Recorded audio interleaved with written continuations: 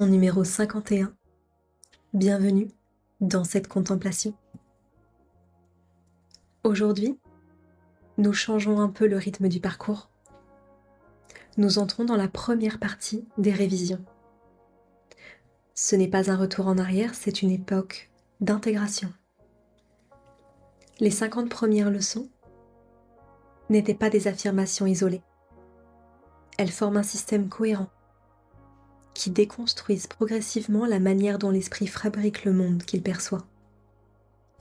Et la révision, elle, permet de rassembler les pièces. Elle insiste moins sur la pratique formelle et davantage sur la compréhension des relations entre les idées. Alors ici, le but n'est pas d'accumuler des concepts, le but est de reconnaître un mouvement unique.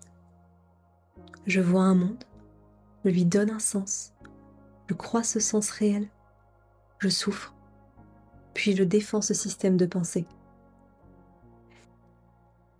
La révision 51 couvre donc les 5 premières idées.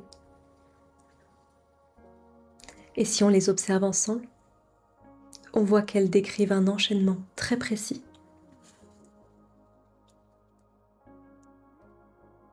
1. Rien de ce que je vois ne signifie quoi que ce soit. Cette première idée était un choc pour l'ego.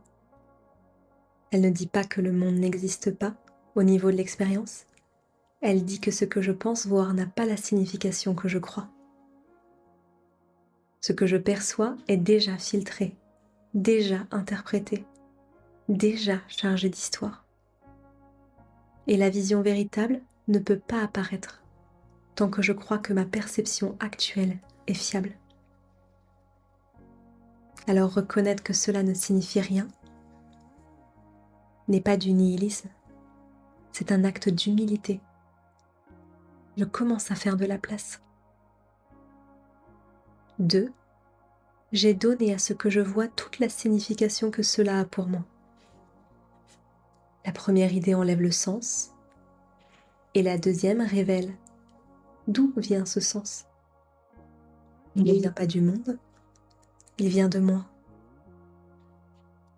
Je ne vois pas une situation, je vois mon interprétation d'une situation. Je ne vois pas une personne, je vois mes jugements sur cette personne. Et la leçon insiste, ce que je vois, ce sont mes jugements. Et ces jugements ont été faits à part de la réalité. Ils sont fondés sur une prémisse initiale. Je suis séparé. Si cette prémisse est fausse, alors tout ce qui en découle est déformé. Et reconnaître cela n'est pas se blâmer, c'est récupérer le pouvoir de choisir autrement. Je ne comprends rien de ce que je vois. Ici, cette phrase ouvre une véritable humilité. Si ce que je vois est déjà une projection de mes erreurs de pensée, comment pourrais-je le comprendre? Je ne comprends pas ce que je vois, parce que je vois à travers un filtre. Et le cours ne nous demande pas d'analyser le monde, il nous invite à lâcher prise du besoin de comprendre à partir de l'ego. Il y a une autre manière de voir, mais elle ne peut émerger que si je cesse de défendre ma compréhension actuelle. 4. Ces pensées ne signifient rien. Nous allons plus profond. Le problème n'est pas seulement la perception extérieure, ce sont les pensées qui la précèdent. Les pensées dont je suis conscient ne sont pas mes pensées réelles. Elles sont des tentatives de penser sans la source, des tentatives de construire une identité séparée. Je crois que mes pensées me définissent, mais ce sont précisément elles qui me maintiennent dans la confusion. Alors il existe des pensées que je pense avec Dieu, et celles-ci ne sont pas conflictuelles. Elles ne défendent pas une identité, elles ne cherchent pas à attaquer ou à justifier. Mais je ne peux en être conscient tant que je suis investi dans mes pensées personnelles. reconnaître que mes pensées actuelles ne signifient rien, est un acte de désidentification. Et la cinquième, je ne suis jamais contrariée pour la raison à laquelle je pense. Voici la conséquence. Si mes perceptions sont erronées et mes pensées sans signification réelle, alors mes contrariétés ne viennent pas des causes apparentes. Je crois que je suis contrariée à cause d'une situation, d'une parole, d'un comportement. Mais en réalité, je suis contrariée parce que je défends un système de pensée. Je veux que mes jugements soient vrais. Je veux que ma perception soit justifiée. Je veux que le monde confirme mon identité séparée. Alors je transforme les choses en ennemis. Je rends l'extérieur responsable de mon malaise. Et la leçon est radicale. Ce n'est pas le monde qui me trouble, c'est mon attachement à mes pensées. Alors que révèle cette révision? Les 5 premières idées décrivent comme un cercle. Je perçois, je juge, je comprends. Je crois comprendre. Je m'identifie à mes pensées.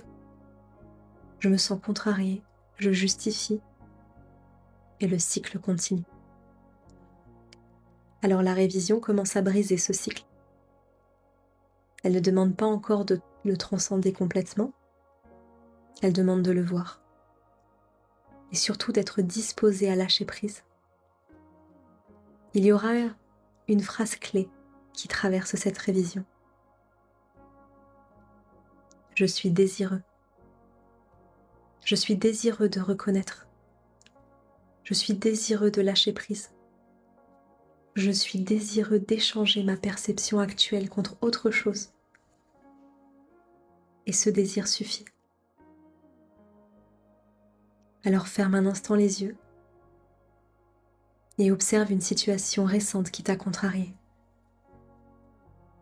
Puis rappelle-toi doucement, je ne suis jamais contrariée pour la raison à laquelle je pense. Et j'ai donné à cette situation toute la signification qu'elle a pour moi. Je ne comprends rien de ce que je vois et je suis désireux de lâcher prise. Ne cherche pas à résoudre, ne cherche pas à analyser, laisse simplement l'espace s'ouvrir. Cette première révision n'est pas une répétition mécanique. Elle est une invitation à voir la cohérence du système. Le cours ne détruit pas le monde, il corrige l'interprétation. Et aujourd'hui, quelque chose devient clair. Si je peux reconnaître que ma perception est fabriquée, alors je peux choisir une autre manière de voir. C'est le début de la vision.